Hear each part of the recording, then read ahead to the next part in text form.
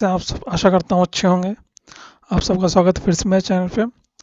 ये एक और कुछ इंपॉर्टेंट पॉइंट सीटेट की ईवीएस के रिगार्डिंग तो वीडियो, अगर आशा करता हूँ आपने मेरे प्रीवियस वीडियो देखे होंगे जो लगभग 6 वीडियो में बना चुका हूँ।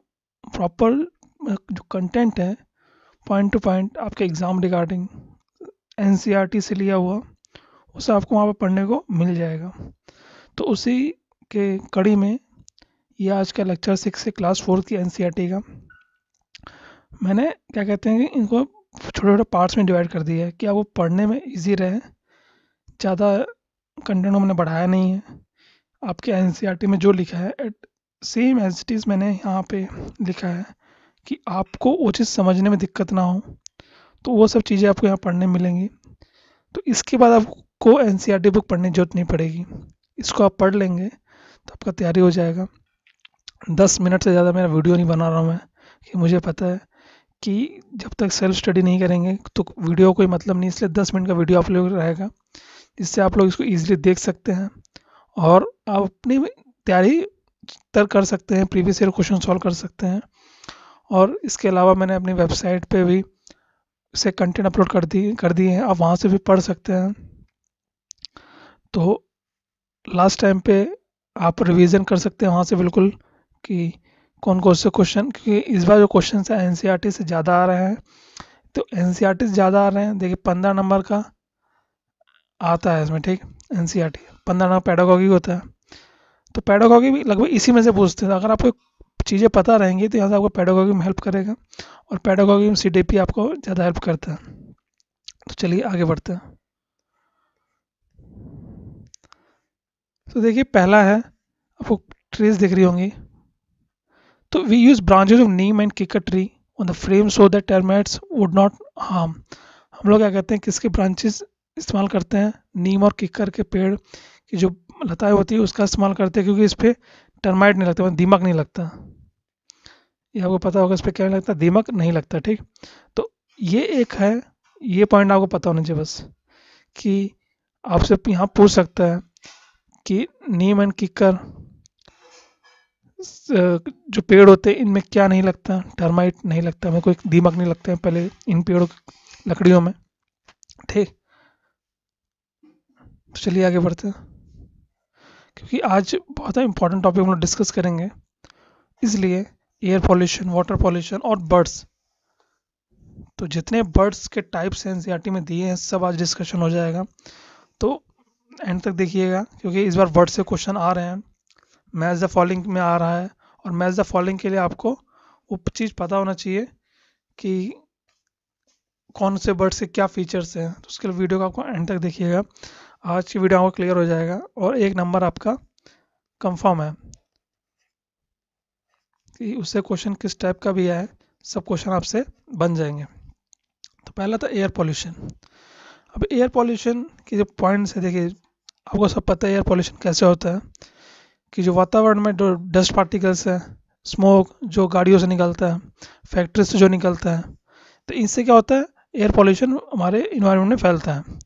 To major factor responsible for air pollution are pollution explosion and productivity increase. दो फैक्टर ज़्यादा इंपॉर्टेंट है इसमें, क्या है, एक पॉल्यूशन एक्सप्लोजन, तो कोई चीज़ एक्सप्लोजिव जब करते हैं तो उससे पॉल्यूशन बढ़ता है। जैसे दिवाली पे जब ज़्यादा क्रैकर्स बंद किए जाते हैं तो इन्वायरमेंट में पॉल्यूशन बढ़ जाता है, या किसी चीज़ की प्रोडक्टिविटी इंक्रीज हो जाती है, फैक्ट्री से ज़्यादा निकल रहा है, ऑटोमोबाइल से ज़्यादा धुआं निकल रहा है, तो ये सब चीज़ों से एयर पॉल्यूशन होता है, ठीक। तो ये चीज़ आपको पता होना चाहिए। इसके साथ, और ये एयर पॉल्यूशन में आपको पता है कि क्या निकलता है, पॉइजनस गैस निकलती हैं। क्या निकलते हैं, पॉइजनस गैस, जो हमको हार्म करती हैं, इससे अलग अलग प्रकार की बीमारियां होती हैं, ठीक। और इससे क्या होता है कि जो ऑक्सीजन कैरिंग कैपेसिटी होती है हमारे खून की, वो भी कम हो जाती है। कम मतलब जैसे कि अगर एक कमरे में आपको बंद कर दिया जाए और एक कमरे में धुआं आ रहा है कहीं से, और धुआं का जब उसमें जो परसेंटेज है वो बढ़ जाएगा, तो जो आपके ब्लड में है, ब्लड में ऑक्सीजन की जो कैरिंग कैपेसिटी होगी, मतलब हमारे ब्लड में क्या होता है, O2 होता है, ठीक। जब क्या बढ़ जाएगा, जब पॉल्यूशन बढ़ जाएगा, पॉल्यूशन या कोई भी गैस बढ़ जाएगी, हार्मफुल गैस, कैसे हार्मफुल गैस बढ़ जाएगी, तो क्या होगा कि आपके जो ब्लड में ऑक्सीजन कैरिंग कैपेसिटी होगी वो कम हो जाएगी, तो जिससे डेथ हो जाती है। ठीक, ये इसकी कुछ जानकारी थी एयर पोल्यूशन के बारे में। हम लोग इसको कंट्रोल कैसे कर सकते हैं। अब एयर पोल्यूशन कंट्रोल करने की बात भी पता होनी चाहिए, क्योंकि कभी कभी पूछ लेता है कि कंट्रोल कैसे कर सकते हैं। तो यहाँ 3 चीज़ लिखा है, स्क्रबर, इलेक्ट्रोस्टैटिक प्रेसिपिटेटर और यूजिंग गुड क्वालिटी फ्यूल। अगर हम अच्छी क्वालिटी का फ्यूल इस्तेमाल करेंगे तो भी क्या कहते हैं, हम एयर पोल्यूशन को कंट्रोल कर सकते हैं। जैसे कि हम इलेक्ट्रिक व्हीकल का इस्तेमाल कर सकते हैं, ठीक, सीएनजी इस्तेमाल कर सकते हैं। तो इन सब से क्या होगा, पोल्यूशन नहीं होता है, तो ये हमारे इन्वायरमेंट के लिए फ्रेंडली हैं। और डीजल से क्या होता है, डीजल ज़्यादा बर्न करने से पोल्यूशन ज़्यादा होता है। अब जैसे कि दिल्ली दिल्ली जो यूनियन टेरिटरी है, वहाँ पे क्यों 15 साल के बाद जो डीजल व्हीकल होते हैं उनको बंद कर दिया जाता है, क्योंकि ज़्यादा गाड़ी ज़्यादा पुरानी हो जाती है, उसका इंजन ज़्यादा बर्न हो चुका होता है, तो उससे जो धुआं निकलता है वो हार्मफुल होता है। ठीक, तो ये है। अब ये क्या होता है, इलेक्ट्रोस्टैटिक प्रेसिपिटेटर की पहले बात कर लेते हैं। ये मोस्ट इफेक्टिव मेथड है, ठीक, टू रिमूव पर्टिकुलर पॉल्यूटेंट, मतलब जो हमारे वातावरण में पॉल्यूटेंट्स होते हैं, जो गैस होती है, तो उनको क्या कहते हैं, ये कम करने के लिए, उनको रिमूव करने के लिए बहुत हेल्प करता है। और स्क्रबर क्या होता है, स्क्रबर को हम लोग यूज़ करते हैं एयर पोल्यूशन को कम करने के लिए। जो एयर में जो पोल्यूशन होता है इसको कम करने के लिए हम स्क्रबर का इस्तेमाल भी कर सकते हैं। बस आपको देखिए, आपको मेन पता होना चाहिए एयर पोल्यूशन कैसे होता है। ठीक, वहाँ आपसे इतना डिटेल नहीं पूछेगा, बट आपको एटलीस्ट वहाँ पता होना चाहिए एयर पोल्यूशन किससे होता है और किससे हमको हार्म होता है, कौन कौन सी गैसों से हमको हार्म होता है। तो कुछ गैसेस का आपको नाम पता होना चाहिए, जैसे कि SO2। ठीक, SO2 से हमको हार्म होता है, नाइट्रस ऑक्साइड NO और NO2, इनसे हमको क्या कहते हैं, हार्म होता है। ठीक, तो ये कुछ थी इसके, चलिए आगे बढ़ते हैं। और उसके बाद वाटर पॉल्यूशन। ठीक, वाटर पॉल्यूशन का सेम वही चीज़ है, तो बट यहाँ वाटर पॉल्यूशन में 3 तरीके के होते हैं। कैसे, फिजिकल पॉल्यूशन, केमिकल पॉल्यूशन और बायोलॉजिकल पॉल्यूशन। देखिए सिंपल मैंने बना रखा है, इसका कहने का मतलब है कि फिजिकल पॉल्यूशन का होता है हॉट वाटर फ्रॉम इंडस्ट्रीज, जो इंडस्ट्री से गर्म पानी आता है, वहाँ से जो कचरा आता है वो एक पॉल्यूशन है वाटर का, जो नदी में निकल जाता है, तो इससे पानी गंदा हो जाता है और जो हम करता है सबको, जानवर हो या वहाँ की मछलियाँ हो।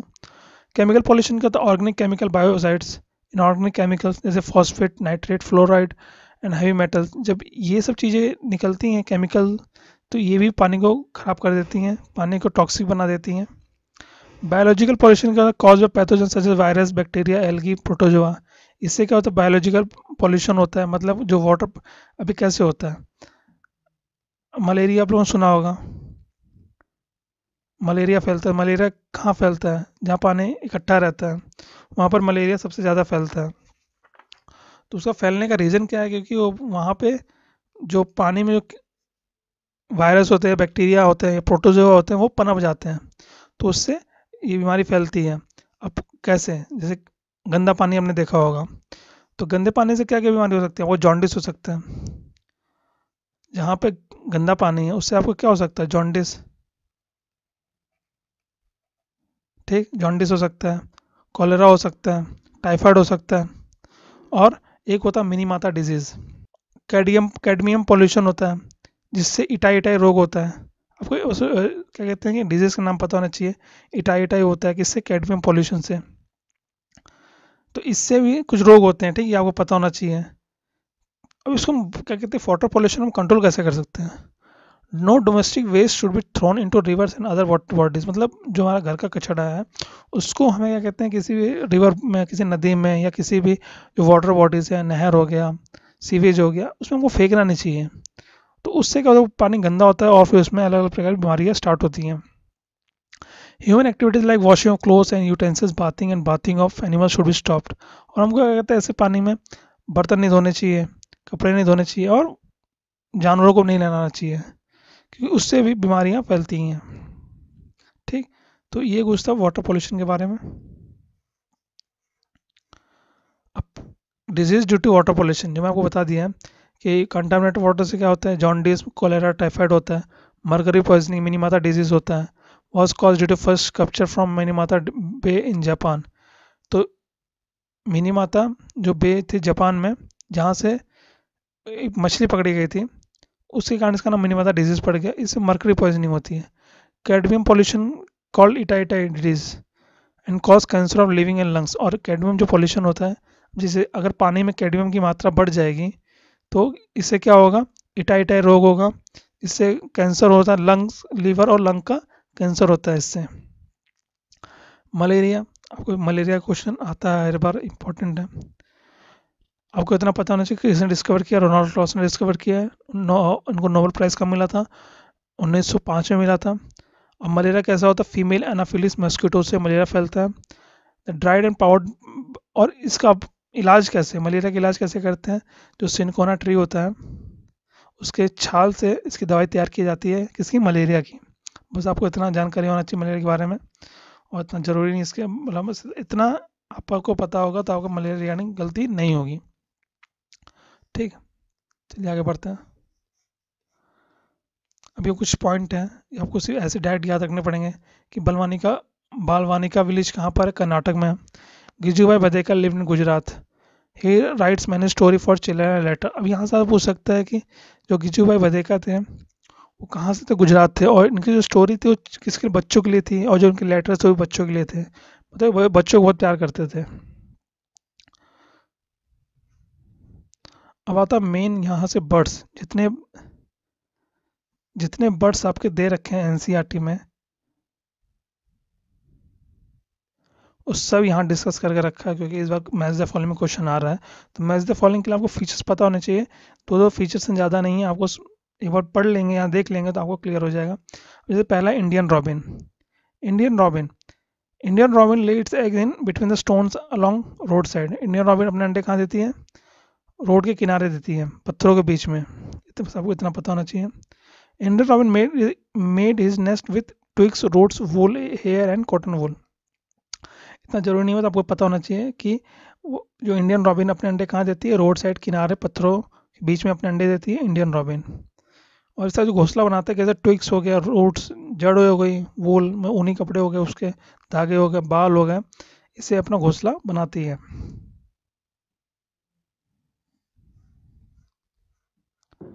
कोयल के बारे में आपको पता होना चाहिए, बहुत इंपॉर्टेंट कोयल। तो koel lay its egg in crow nest, it uses the nest only to lay their eggs. जो कोयल होती है अपने अंडे कौवे के घोंसले में देती है, और इसका वो जो कौवे के घोंसले का इस्तेमाल सिर्फ अंडे देने के लिए करती है, क्योंकि जो कौवा और जो कोयल के जो अंडे होते हैं उनमें ज़्यादा डिफरेंस नहीं होता, जिस कारण वो इजली जो कौवा होता है अपने अंडों के साथ कोयल के अंडों को भी सेता है।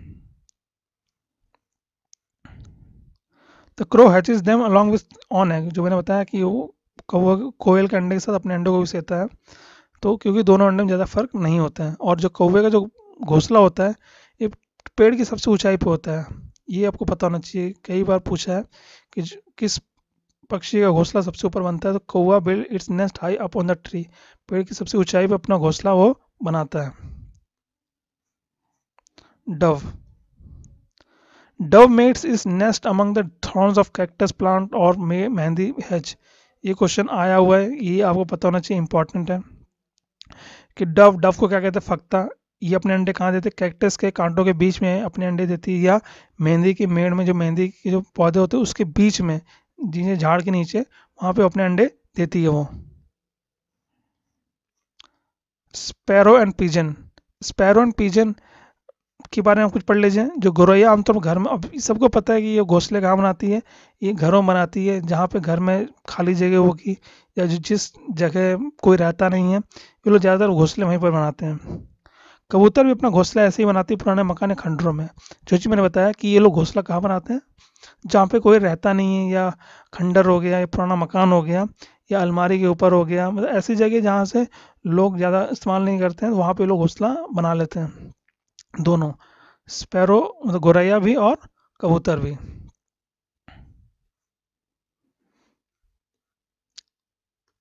कॉपर स्मिथ या बारबेट, इसको क्या कहते हैं, बसंत गौरी कहते हैं। नहीं, जो गर्मियों में टुक टुक करती है, आपने बहुत आवाज़ सुना होगा टुक टुक का, तो उसका नाम क्या, बसंत गौरी। पेड़ के तने में गहरा छेद बनाकर उसमें अंडे रखती है। तो क्या करती है, जो पेड़ के जो तना होता है उसमें खूब छेद कर देती है, और गहरा छेद करने के बाद उसमें वो क्या कहते हैं, अंडा रखती है उसमें। ठीक, तो बसंत गौरी घर में टुक टुक करती है, पेड़ के तने में गहरा छेद बनाकर उसमें अंडे रखती है। टेलर बर्ड, अब वो टेलर नाम से पता चला, टेलर बर्ड दर्जन चिड़िया कहते हैं इसको। क्या कहते हैं, दर्जन चिड़िया। कहा तो जैसा नाम वैसा काम, क्योंकि जब नाम ही इसका वैसा है, इसका काम भी है, टेलर का काम करती है, सिलती है पत्तों को। वो अपनी नुकीली चोंच से पत्ते को सी लेती है और उसके बीच में बनी थैली को अंडे देने के लिए तैयार करती है। तो टेलर बर्ड क्या करती है, वो पत्तों को सिलती है, आपको फोटो में दिख रहा होगा पत्तों कैसे सिलती है, और इसी बीच में वो अपने अंडे देती है। ठीक, सनबर्ड, सनबर्ड इसका शक्कर खोरा कहते हैं। इंग्लिश में इसको सनबर्ड कहते हैं और हिंदी में इसको शक्कर खोरा कहते हैं। किसी छोटे पेड़ या झाड़ी की डाली पर अपना लटकता हुआ घोंसला बनाते हैं। तो सनबर्ड अपना घोंसला कहाँ बनाते हैं, किसी छोटे पेड़ या झाड़ी की डाली पे इनका जो घोंसला होता है लटकता हुआ रहता है। मतलब कि अगर कोई ऐसे झाड़ी जा रही है तो उसपे इनका जैसे नीचे नीचे की तरफ लटकता हुआ रहेगा, इसमें अपने अंडे देती हैं। ठीक, तो इसका नाम क्या है, सनबर्ड, या हिंदी में कहते हैं शक्कर खोरा। जो अपना जो घोंसला कहाँ बनाती है, छोटे पेड़ पर या झाड़ी की डाल पर लटकता हुआ। वीडियो कैसे, अगर आपको अच्छा लगा लाइक कर दीजिएगा, और प्रीवियस वीडियो की प्लेलिस्ट बनी है वहाँ से उसको देख सकते हैं। अब आता है वीवर बर्ड। वीवर बर्ड क्या कहते हैं, सभी नर वीवर पक्षी अपने घोंसले बनाते हैं। अब इसकी खासियत क्या है वीवर बर्ड की, कि मादा वीवर उन सभी को देखती है, उनसे जो सबसे अच्छा लगता है उससे ही वह अपने अंडे देती है। अब इसमें क्या होता है, जितने वीवर बर्ड होते हैं सब अपना अपना घोंसला बनाते हैं। उसके बाद जो फीमेल वीवर बर्ड होती है, उसको जो घोंसला अच्छा लगता है उसमें अपने अंडे वो देती है। तो ये था कुछ बर्ड्स के रिगार्डिंग।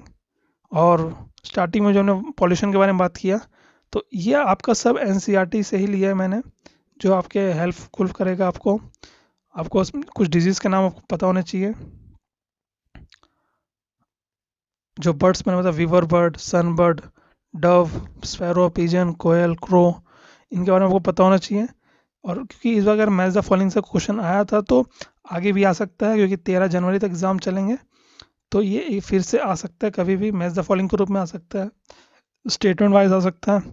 या ये पूछ सकते हैं कि पेड़ के टॉप पे कौन घोंसला बनाता है, कैक्टस के बीच अपना घोंसला कौन बनाता है, रोड के किनारे पत्थरों के बीच अपना घोंसला कौन बनाता है। तो इस तरीके से यहाँ क्वेश्चन कई बहुत क्वेश्चन बन सकते हैं। यहाँ से लगभग 4 से 8 क्वेश्चन बन सकते हैं, और ये हर शिफ्ट में क्वेश्चन यहाँ से आ सकता है, इसलिए बहुत इंपॉर्टेंट टॉपिक है। तो बस वीडियो यहीं पे एंड करता हूँ। आशा करता हूँ वीडियो आपको अच्छा लगा होगा। अगर आप मेरे चैनल पर पहली बार आए हैं तो चैनल को लाइक कर दीजिएगा, सब्सक्राइब कर दीजिएगा। आपको ऐसी कंटेंट मिलते रहेंगे, टीचिंग रिगार्डिंग, करंट अफेयर, या आपको स्ट्रैटेजी के इसके रिगार्डिंग आपको कंटेंट मिलते रहेंगे। वीडियो को यहीं पे एंड करता हूँ। Thank you.